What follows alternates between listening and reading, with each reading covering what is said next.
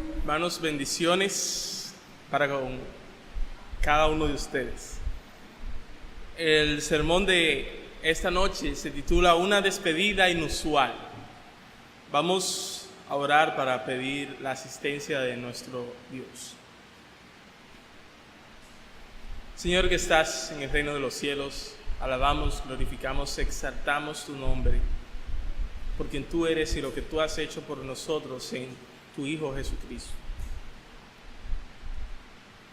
Venimos esta noche delante de ti humillados, postrados, reconociendo tu grandeza y tu dignidad y reconociendo nuestra bajeza e indignidad delante de ti. No nos atreveríamos a entrar delante de tu presencia si no fuera porque tú nos invitas a venir delante de tu presencia con alegría, porque tu misericordia es grande. No nos atreveríamos a estar delante de tu presencia confiando en nuestras propias fuerzas. Por eso confiamos en tu Hijo Jesucristo. Te pedimos que tú bendigas el sermón esta noche y que todo tú lo orquestes de tal manera que al final de este sermón tu gloria brille de tal manera que todo lo demás quede opacado por tu grandeza y excelencia. Que podamos venir a los pies de la cruz y allí, humillados y postrados, confesar que Jesucristo y solamente Jesucristo es el Señor. Te pedimos que seas conmigo en mis debilidades, que perdones mis pecados, y también con aquellos que escuchan. Obra en sus corazones y haz que puedan estar atentos a tu palabra, de tal manera que no haya distracción y que tú obres un cambio positivo en todos nosotros. En el nombre de Jesús. Amén.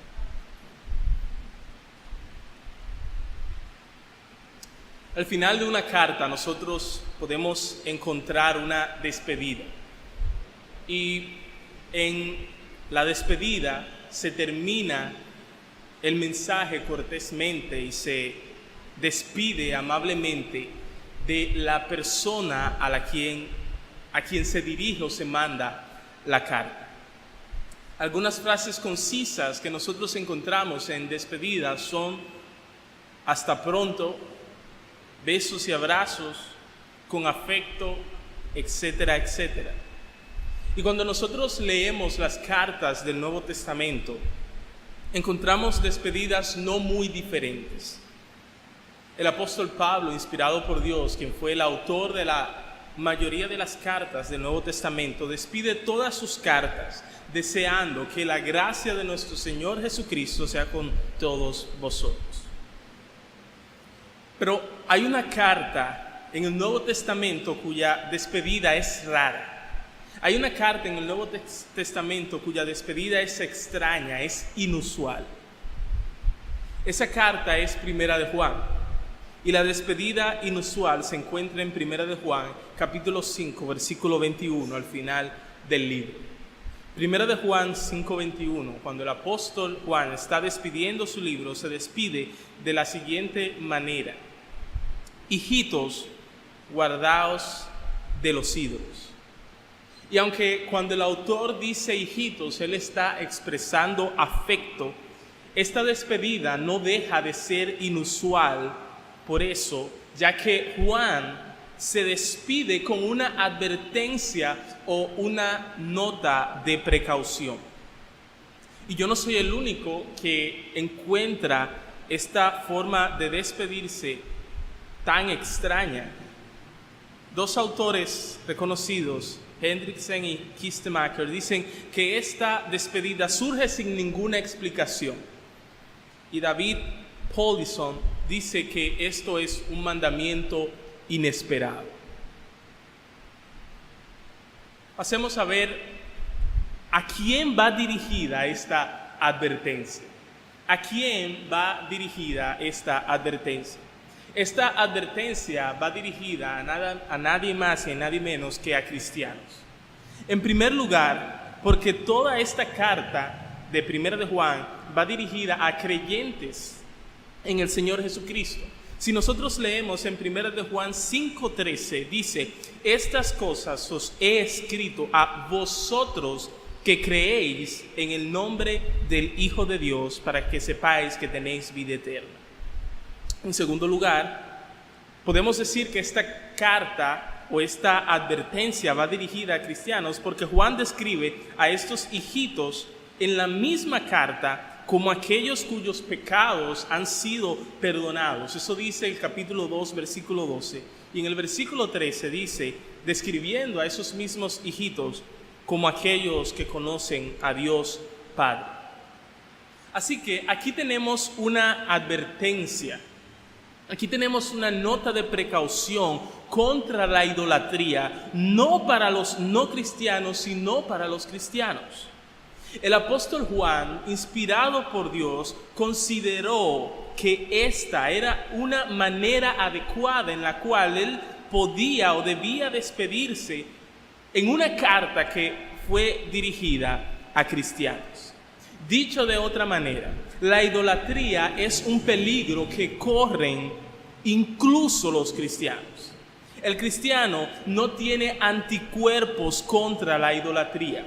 Los ídolos no son un virus contra los cuales los cristianos son inmunes.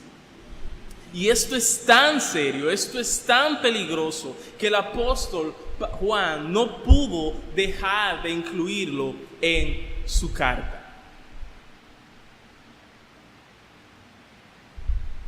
La palabra que se usa para guardaos se refiere a una vigilancia ininterrumpida de los pastores sobre su rebaño, o a una vigilancia inquebrantable de un guardia militar.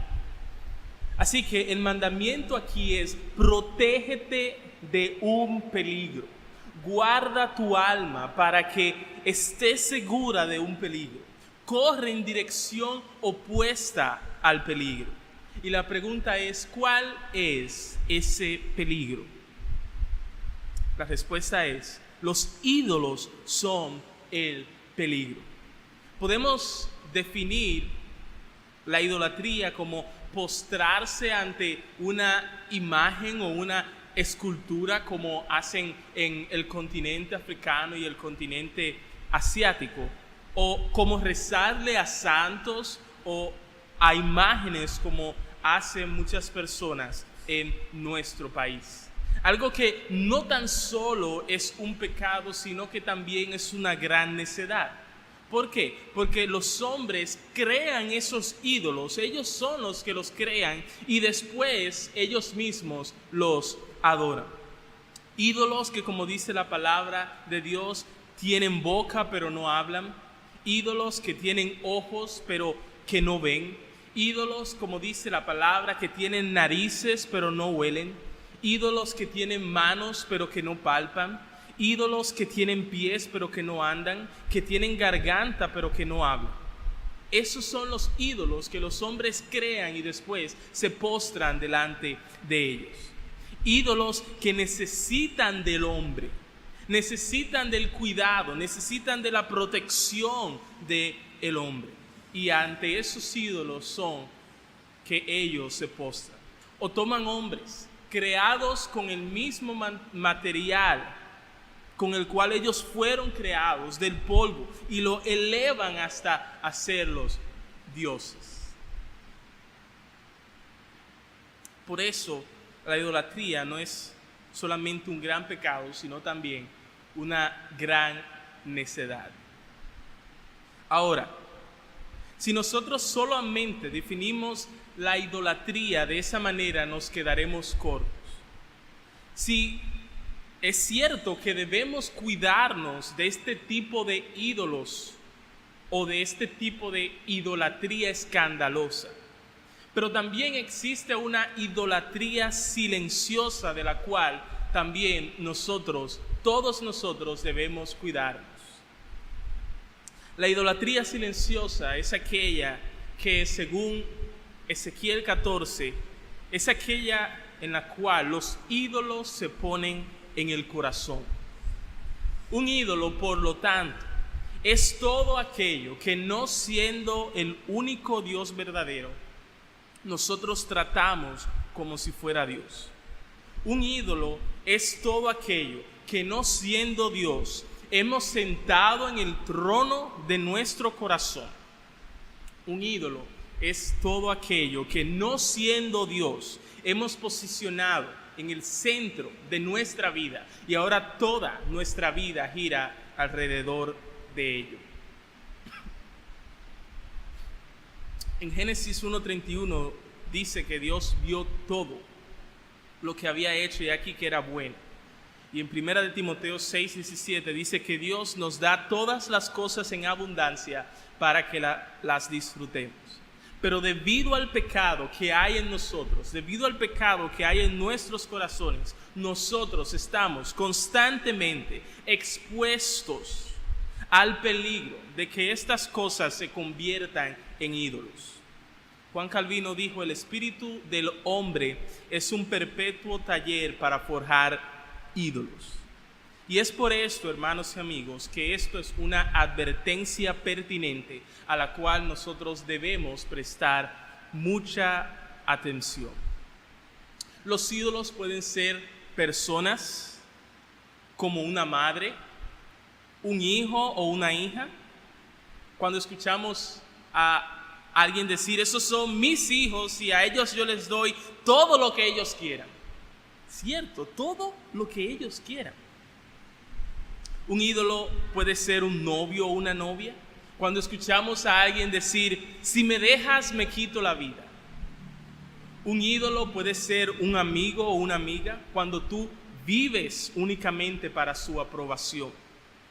Un ídolo puede ser un político cuando tú llegas al punto de estar dispuesto a matar a otra persona por él.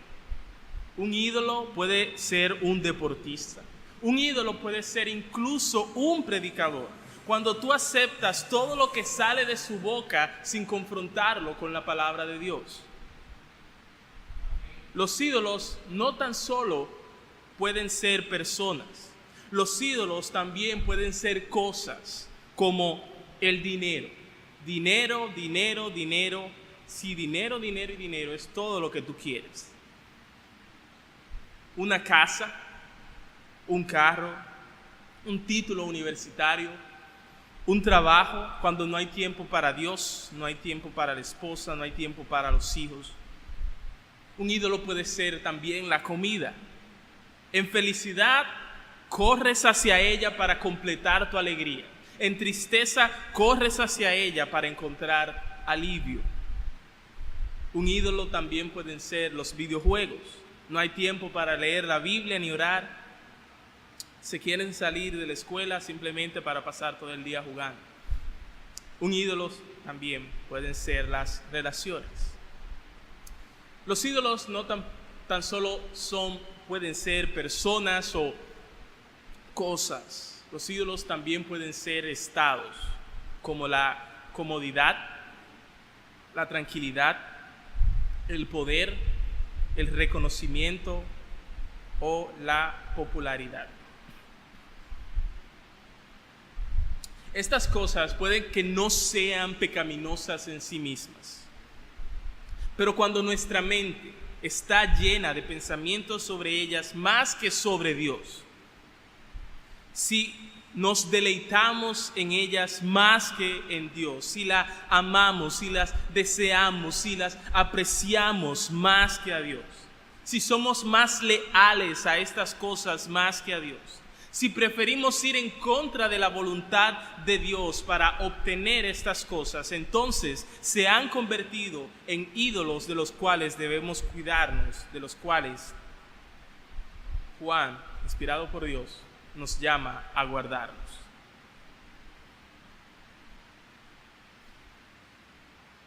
Esta despedida es inusual, no tan solo por ser una advertencia o nota de precaución, sino también porque parece, y hago énfasis ahí, parece estar fuera de contexto, no tener ninguna relación con lo que se dice en la carta. Juan Calvino observó que esta despedida parece una oración separada, pero no es así. Y gracias a Dios que el pastor Huáscar, en uno de sus sermones de la serie de Primera de Juan, me ayudó a ver cómo esto se conecta con lo dicho anteriormente. El versículo 20, quiero que lo vean conmigo, Primera de Juan 5:20, dice: pero sabemos que el Hijo de Dios ha venido y nos ha dado entendimiento para conocer al que es verdadero, y estamos en el verdadero, en su Hijo Jesucristo. Este es el verdadero Dios y la vida eterna. Los eruditos de los idiomas originales de la Biblia confirman que aunque la gramática de este texto es un poco difícil, es de Jesucristo quien se dice que es el verdadero Dios y la vida eterna. Sería una repetición innecesaria si se estuviera refiriendo a Dios Padre. Además, Juan en su evangelio y en esta carta da abundantes evidencias de que Jesucristo es Dios y lo describe constantemente como la vida eterna. Por ejemplo, en el capítulo 1, versículo 2 de Primera de Juan, él dice: esta vida se manifestó, nosotros la hemos visto y damos testimonio de ella, y les anunciamos a ustedes la vida eterna que estaba con el Padre y que se nos ha manifestado, refiriéndose a Jesucristo. Es entonces, hermanos y amigos, partiendo de estas dos verdades acerca de Jesucristo, es a la luz de estas dos declaraciones de Jesucristo, es debido a lo que es Jesucristo que el autor despide su carta diciendo: guardaos de los ídolos. Es a la luz de estas dos verdades acerca de Jesucristo que el autor entonces despide su carta diciendo: guardaos de los ídolos. Jesucristo, consideremos en primer lugar que Jesucristo es Dios. Solamente hay un Dios verdadero, el cual subsiste eternamente en tres personas: el Padre, el Hijo y el Espíritu Santo. Por lo tanto, podemos decir junto al apóstol que en la persona de Jesucristo habita corporalmente toda la plenitud de la deidad. Él es Dios en esencia, Él tiene todo lo que hace que Dios sea Dios. Como Dios, Jesucristo es eterno.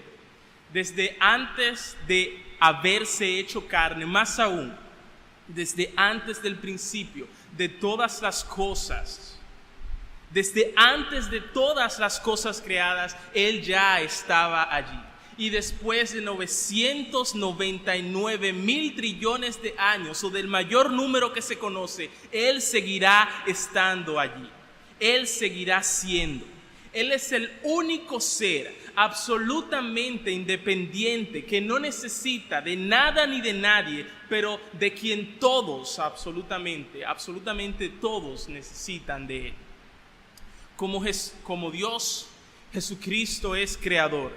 Él no fue creado por nadie. Él es la causa no causada de todo lo creado.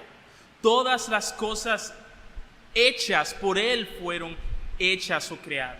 Él no necesita materia prima como nosotros para crear. Él es quien crea la materia prima con su poder. Él creó todas las galaxias y agrupaciones de galaxias, con todas sus centenas de millones de estrellas, cuyo nombre, según la palabra de Dios, Él las conoce o los sabe. Y planetas, todos los planetas que existen, Él los creó en tan solo 6 días. Y por lo tanto, Jesucristo también es dueño de todo. Como Dios, Jesucristo es sustentador. Él sustenta absolutamente toda la creación. Sí, Él sustenta los átomos que son tan pequeños que no pueden ser vistos a simple vista. Sí, Él incluso sustenta a aquellas personas que no lo reconocen como su sustentador.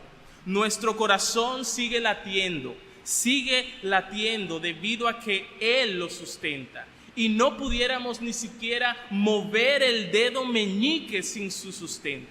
No hay nada creado en este planeta que no necesite de su sustento.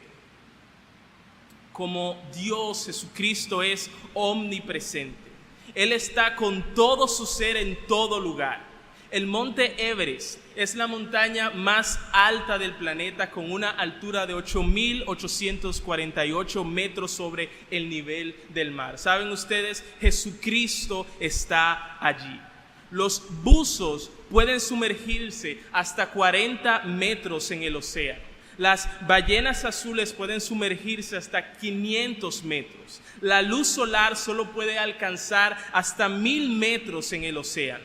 Y el océano es tan profundo, pero tan profundo, que todo el monte Everest cabe ahí y todavía quedan muchísimos metros más. La fosa de las Marianas es la más profunda fosa oceánica conocida y el lugar más profundo de la corteza terrestre. Su profundidad es de 11.034 metros. Y saben ustedes, Jesucristo también está allí. Según los científicos, el universo tiene un diámetro de al menos 93.000 millones de años luz. ¿Qué quiere decir eso? Eso quiere decir que si nosotros viajáramos a una velocidad constante de 300.000 millones de metros por segundo, eso nos tomaría 93.000 millones de años recorrer desde el punto en el cual comienza el universo hasta el punto en el cual éste termina. Pero saben ustedes, Jesucristo también está allí, porque Él es omnipresente. Como Dios, Jesucristo es omnisciente. Él sabe todo de sí mismo y de toda su creación. Él conoce hasta el más mínimo detalle de toda persona que vive alrededor del mundo, sin necesidad de que se la presenten. Él no puede ser engañado por nadie, porque las motivaciones del corazón están como desnudas a la luz del mediodía delante de sus ojos. Él no necesita ser enseñado por nadie. Más bien, Él es quien enseña a los hombres de la ciencia. Todo lo verdadero que los científicos han descubierto fue dado por Él. Cuando Google encuentra 132.000 millones de resultados en 0.43 segundos, hace ya mucho tiempo que Jesucristo sabía más resultados. Como Dios, Jesucristo es todo sabio. Su sabiduría es más profunda que el mar, más aún, o mejor aún, su sabiduría es como un mar sin fondo. Él siempre hace uso de los mejores medios para alcanzar los mejores fines. Él conoce cada artículo, cada palabra, cada oración y cada párrafo de cada libro escrito que se escribe y que se escribirá. Los millones y millones de libros de la biblioteca más grande del mundo no pueden compararse con su sabiduría. Como Dios, Jesucristo es soberano. Él es el Rey de Reyes y Señor de Señores. Él es el presidente de nuestro presidente. Él es el jefe de nuestro jefe. Él está por encima de Danilo. Él está por encima de Obama. Él está por encima de Vladimir Putin y todos los gobernantes del mundo juntos. No hay nadie por encima de Él. Él no tiene a nadie por encima de Él a quien dar cuenta, sino que todos, los pequeños y los grandes, los débiles y los poderosos, tendrán que pararse delante de Él a dar cuenta. Él tiene toda, absolutamente toda autoridad. No hay línea que Él no pueda cruzar, no hay frontera que lo limite y no hay lugar en donde Él no tenga jurisdicción. Como Dios, Jesucristo es omnipotente. La palabra imposible no se encuentra en su diccionario. Él sabe, Él puede obrar sin medios, Él puede obrar por encima de ellos y Él puede obrar en contra de ellos. Él limpia a los leprosos, Él da vista a los ciegos, Él da vida a los muertos. Él tiene todo el poder para hacer todas aquellas cosas que Él quiera hacer. Jesucristo es limpio. Él no es 99.9% limpio de maldad, sino que Él es 100% limpio de toda maldad. No hay mancha de pecado alguna en Él. Los ángeles cubren su rostro delante de Él, diciendo así cuán indignos son delante de Él. y las buenas personas, entre comillas, reconocen su vileza ante la contemplación de su santidad. Él nunca, absolutamente nunca, ha vacilado entre obediencia y desobediencia. Él nunca ha tenido una lucha interna entre hablar la mentira o decir la verdad. A diferencia de nosotros, el pecado nunca es una opción para Él. Jesucristo es amor. Él no simplemente hace obras caritativas, Él es amor. Él no tiene un sentimiento hoy que mañana desaparece. Él ama constantemente. Su resolución de hacer el bien no viene de un corazón frío y distante. Él ama constantemente. Es por eso que mientras otros decían no, que pague el pecador por sus pecados, Él descendió del cielo y se hizo hombre, vivió la vida que debimos haber vivido y murió la muerte que nosotros merecíamos para regalarnos la bendición que nosotros no merecíamos. Y podríamos seguir así hablando de su justicia, de su alegría, de su inmutabilidad, de su justo enojo hacia el pecado, etcétera, etcétera. Pero creo que con esto nuestro punto está claro. ¿Entiendes entonces por qué debemos guardarnos, protegernos, cuidarnos de los ídolos? Jesucristo no está al mismo nivel que el resto que la creación. Él está muy por encima de ella. Jesucristo es el ser más admirable. Jesucristo es el ser más asombroso. Jesucristo es el ser más hermoso, más glorioso y más interesante por encima de todo el universo. Él es único, Él es Dios. Solamente hay un Dios verdadero. Solamente hay un Dios genuino. Solamente hay un Dios auténtico. Y no somos ni tú ni yo ni ninguna otra cosa creada. Jesucristo es el único merecedor de nuestra suprema alabanza y nuestro más diligente servicio.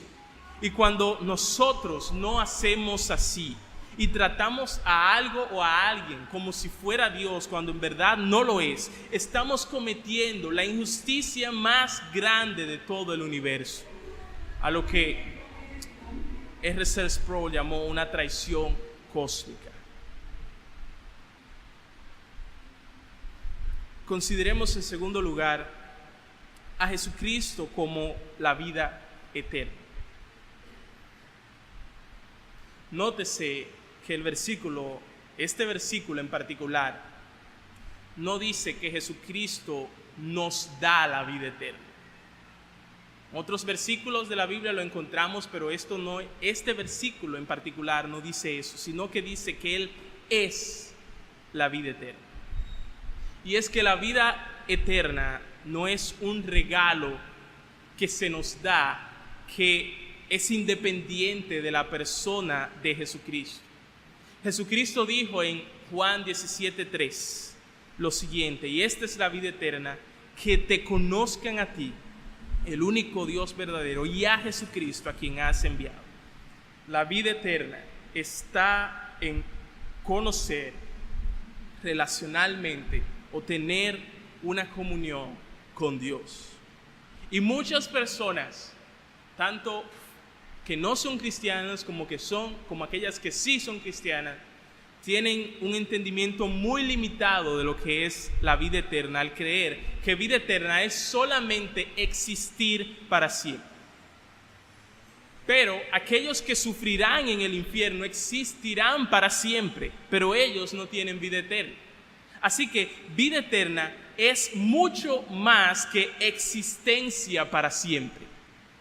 La vida eterna no se refiere únicamente a cantidad. La vida eterna hace referencia también a calidad. Por eso, veamos algunos cuantos versículos. Juan 4, 13 y 14. Juan 4, 13 y 14 dice: respondió Jesús y le dijo: cualquiera que bebiere de esta agua volverá a tener sed, mas el que bebiere del agua que yo le daré no tendrá sed jamás, sino que el agua que yo le daré será en él una fuente de agua que salte para vida eterna. Juan 6:35 dice: Jesús les dijo: yo soy el pan de vida. El que a mí viene nunca tendrá hambre, y el que cree en mí no tendrá sed jamás. Y Juan 10:10 dice: el ladrón no viene sino para hurtar y matar y destruir. Yo he venido para que tengan vida y para que la tengan en abundancia. La vida eterna es la comunión con Dios que comienza aquí y que se extiende para toda la eternidad, o que se extiende para siempre, y que resulta, que brota en gozo, satisfacción, gozo al 100% y deleites que duran para siempre. Y la verdad es que nada ni nadie puede superar esto. Vuelvo a repetir, la vida eterna es la comunión con Dios que comienza aquí, que se extiende para toda la eternidad, y de la cual, de esa comunión con Dios, brota satisfacción, brota gozo al 100% y brota deleites que duran para siempre. Y eso es Jesucristo para nosotros, vida eterna. Por eso Pedro fue sabio cuando dijo, y como vimos en esta mañana por el pastor Castillo: Señor, ¿a quién iremos? Tú tienes palabras de vida eterna. Eso fue una sabia declaración de Pedro. Poner a algo o a alguien que no es Dios en el centro de nuestra vida es tratar de saciar nuestra hambre con bocadillos y nuestra sed con jugos artificiales. Los bocadillos no pueden saciar nuestra hambre porque ellos no fueron diseñados para ser nuestra comida principal. Los jugos artificiales no pueden calmar nuestra sed porque ellos no fueron diseñados para sustituir el agua. Así tampoco la creación no puede darnos vida eterna. Y es por eso que Dios dice en Jeremías 2:11-13, que cambiarlo a Él es cambiarlo por lo que no aprovecha. Dice Dios: ¿acaso alguna nación ha cambiado sus dioses, aunque ellos no son dioses? Sin embargo, mi pueblo ha truncado su gloria por lo que no aprovecha.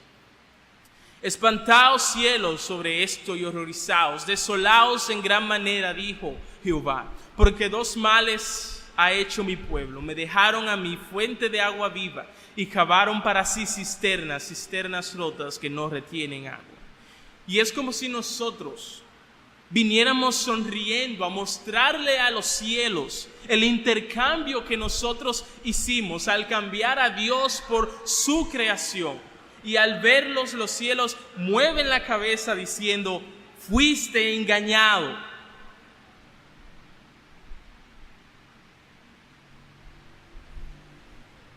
¿Entiendes por qué debemos protegernos entonces de los ídolos? Solamente Jesucristo puede satisfacernos para siempre.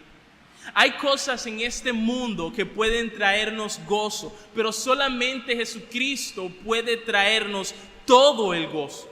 Hay muchas cosas en este mundo que al principio nos emocionan, pero con el pasar del tiempo esa emoción pasa. Pero solamente Jesucristo puede deleitarnos para siempre, y Él lo va a demostrar y lo probará por toda la eternidad. Ahora, no me malinterpreten. Yo no estoy hablando aquí en contra de amar a personas o de disfrutar el resto de la creación. Más bien, yo estoy aquí hablando en contra de poner a la creación en el lugar que le pertenece a Dios solo.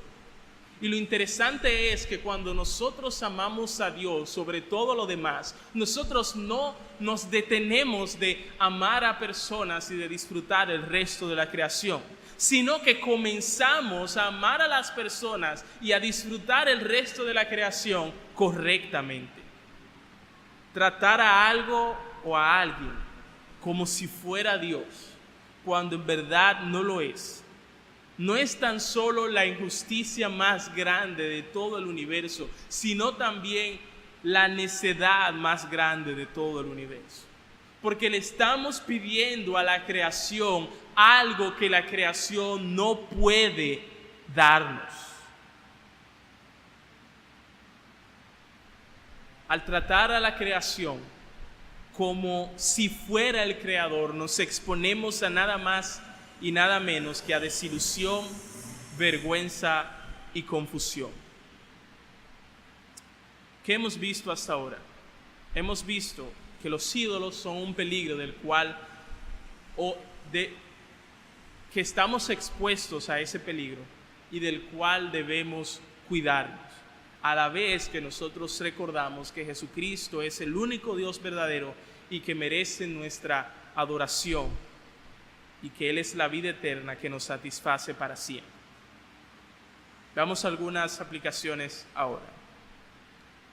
En primer lugar, vigila, vela, ponte en guardia, cuídate con esmero.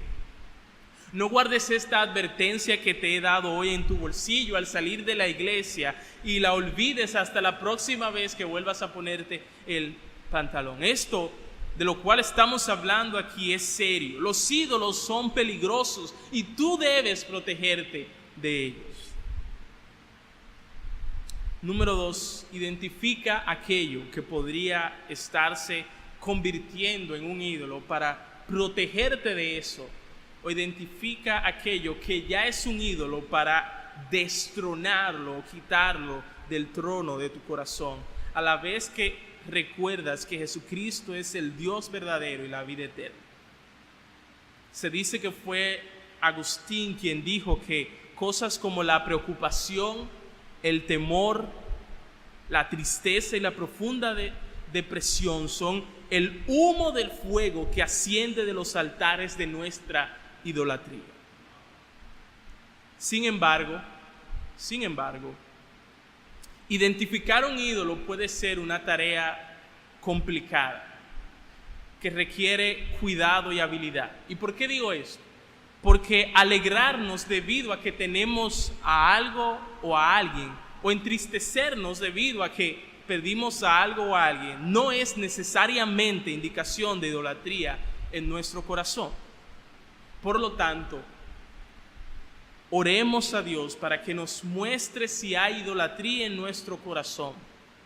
Al mismo tiempo, consideremos algunas maneras en las cuales podemos identificar los ídolos en nuestro corazón. Vamos a ver algunas maneras en las cuales podemos saber o identificar si hay ídolos en nuestro corazón. Hay idolatría en tu corazón si deseas a esa persona, esa cosa o ese estado, aún sabiendo que Dios no será glorificado.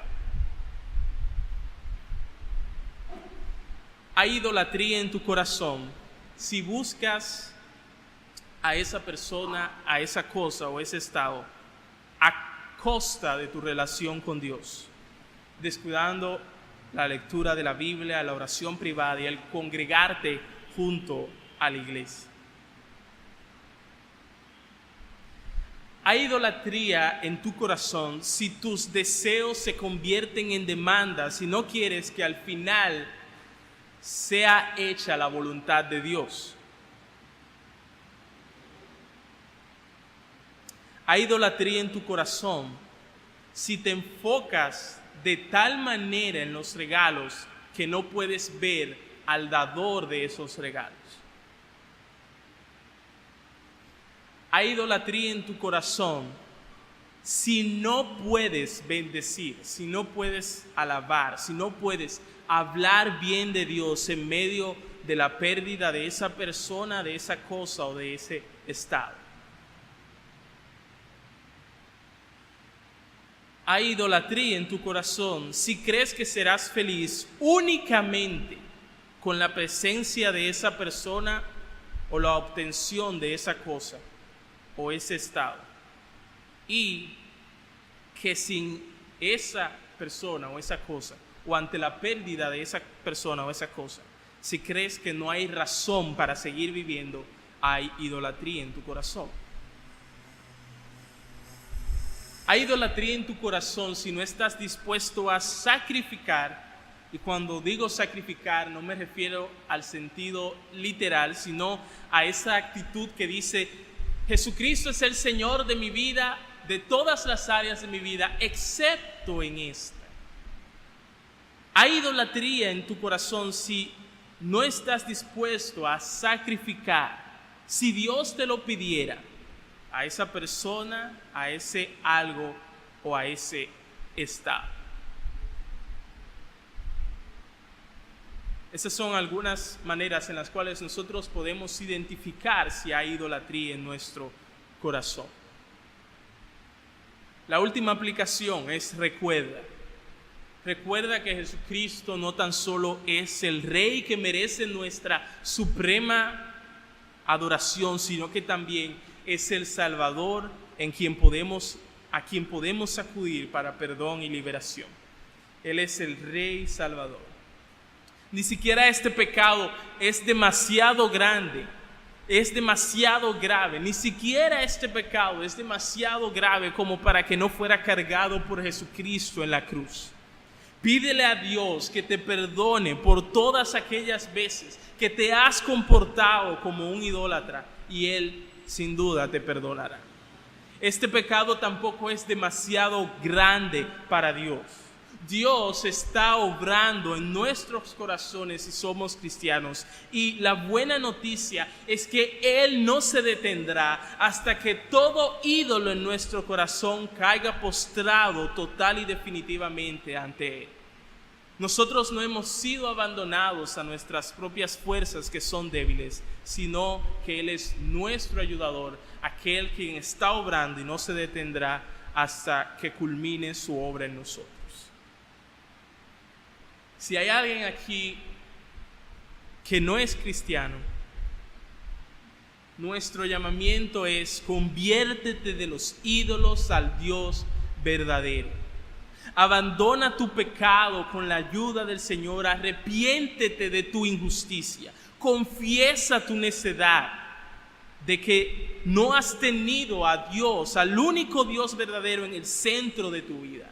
Corre a Dios con fe. Pídele confiadamente que te perdone y que te dé la vida eterna, que se encuentra en una comunión con Él. Y tú sabes que sin duda alguna tú tendrás esas bendiciones porque Él lo ha prometido. Conviértete, amigo, de los ídolos al Dios verdadero y sea así salvado. Vamos a orar. Señor, gracias por tu palabra, gracias por recordarnos, gracias por advertirnos del peligro existente de ídolos. Te pedimos, oh Señor, que me perdones, que nos perdones por todas aquellas veces que nosotros hemos puesto en el centro de nuestra vida personas, cosas, estados que no eres tú, oh Dios, el Dios verdadero, tu Hijo Jesucristo. Perdónanos cada vez que nosotros hemos cometido la injusticia más grande del universo, y no solamente eso, sino la necedad más grande del universo. Ayúdanos siempre a recordar que Jesucristo es el único Dios verdadero, merecedor de nuestra suprema alabanza y nuestro más diligente servicio. Ayúdanos a recordar que solamente Jesucristo es vida eterna para nosotros. El único en el cual podemos encontrar gozo al 100% y deleites para siempre. Solamente Él puede satisfacernos para siempre. Y que con estos pensamientos en nuestras mentes, nosotros podamos cuidarnos, guardarnos, protegernos con tu ayuda de todo ídolo que puede estar alrededor de nosotros o dentro de nosotros. Sé con nosotros, no permitas que olvidemos esto y que continuemos nuestra vida como si no existiera ningún peligro. Sino ayúdanos a cuidarnos, a guardar nuestra alma para aquel que la compró con su sangre, nuestro Señor y Salvador Jesucristo, en quien oramos. Amén.